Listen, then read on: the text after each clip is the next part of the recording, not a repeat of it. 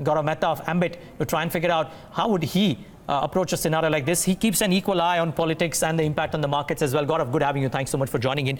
By the way, uncertainty galore. Times Now just 25 minutes ago said that even the BJP might be open to giving the CM's post to JDS. Let's work with an assumption that's not happened for now. There's still a bit of uncertainty as to what will happen going ahead.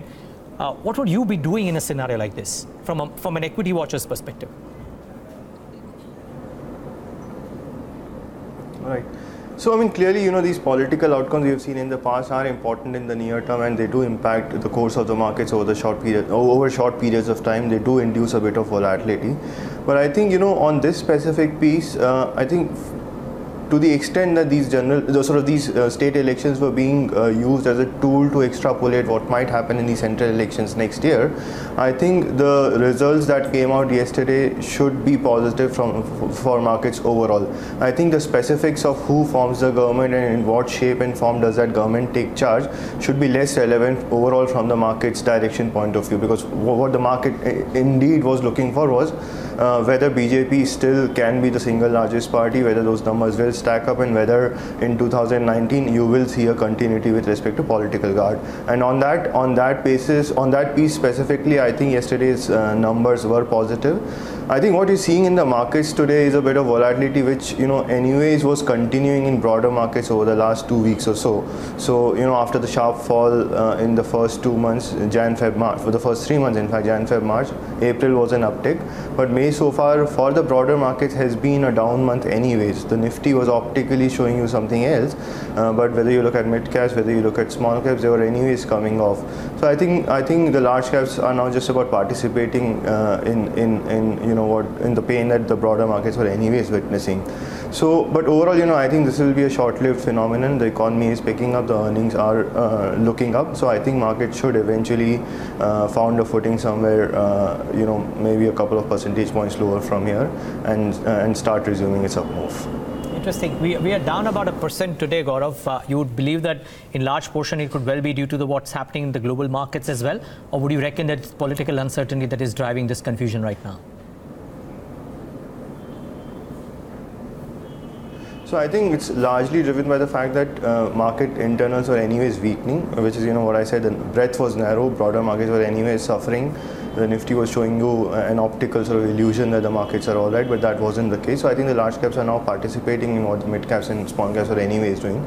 And obviously global cues over the last couple of days haven't been supported. So I think that's also playing to what the Nifty action today is showing. But I think with respect to political outcome, I think again my point stays that to the extent that these were being used to extrapolate what will happen in 2019, I think the outcome is supportive. I think the specifics of who forms the government should not matter much. Who forms the government in Karnataka should not matter much to decide the future course for broader markets. Gaurav, we'll keep it short because this is linked to the political outcomes, etc. The last few days, the broader end of the market has completely collapsed, so to say. I mean, this month, if the indices are down about 5% while the index is trading at 10,800, it shows the weakness there. Would you attribute that also in part to uncertainty that would have crept up in the run-up to the elections, and post this uncertainty getting over, whether it gets over today, whether it gets over the next 10 days, would you believe that the course correction in mid-caps could well be coming to an end? Or because of the brittle nature of the macro, which is the rupee doing what it is doing, oil prices doing what they are doing, IIP, trade deficits, etc., etc., etc., we could well see some weakness persisting at the mid-cap and the small-cap end of the market? Right. So I agree with you that the weakness that you've seen in mid and small caps, it can partly be attributed to political uncertainty going into the event. Partly it could be because of the fact that you are seeing that mutual fund realignment where people are sort of realigning to new definitions on large caps, mid caps, and small caps. So that obviously puts a bit of brunt on mid and small caps given the lack of liquidity there. But broadly, I would also concur with your point that we think that we are nearing an end to this mid and small cap correction. We don't think that this is going to be as nasty as the down move in Feb or March. We think this is more, after the sharp uptick of April, people are using it to book a bit of profits. But I think on your point on macro, yes, macro is deteriorating at the margin, but the heartening point is that the micro is improving. So whether you look at economic data prints like IIP, like commercial vehicle sales, like SME credit uptake, or for that matter, whether you look at the GST collections in the month of April, which suggests that there is a strong compliance to GST now, which in turn means that the entire shift from unorganized to organized that we've all been talking about is now materializing. So all of that will mean that corporate earnings will look up from here on, and as corporate earnings do pick up, mid and small caps will disproportionately benefit.